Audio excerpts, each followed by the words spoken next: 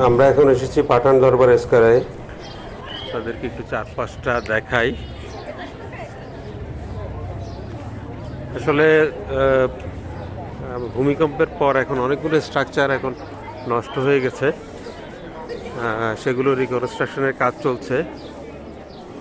আপনাদের একটা ইনফরমেশন দিয়ে রাখি, এখানে ঢুকতে সার্কভুক্ত দেশের জন্য 250 রুপি লাগে। তবে যারা শুধুমাত্র মিউজিয়াম দেখবেন তাদেরই লাগে, অন্যদের এই টাকাটা দিতে হয় না।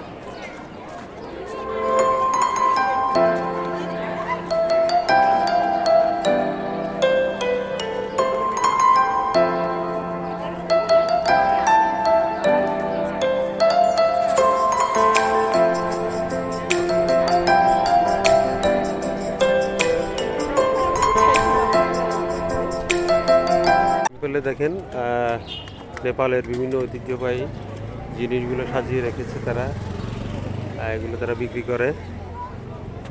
আপনাদেরকে একটু দেখাই। এই দরবার স্কোয়ারে কবুতরগুলো থাকে এবং এদেরকে খাওয়া দেওয়া হয়। বিভিন্ন পর্যটকরাও খাবার দিয়ে থাকেন এবং ওখানকার লোকজনও এখানে খাবার দিয়ে থাকেন। তো আমরা এখন আসলে এই টেম্পল থেকে, এই দরবার স্কোয়ার থেকে চলে যাব আমাদের পরবর্তী গন্তব্যে। আমাদের সাথে থাকবেন, সাবস্ক্রাইব করবেন।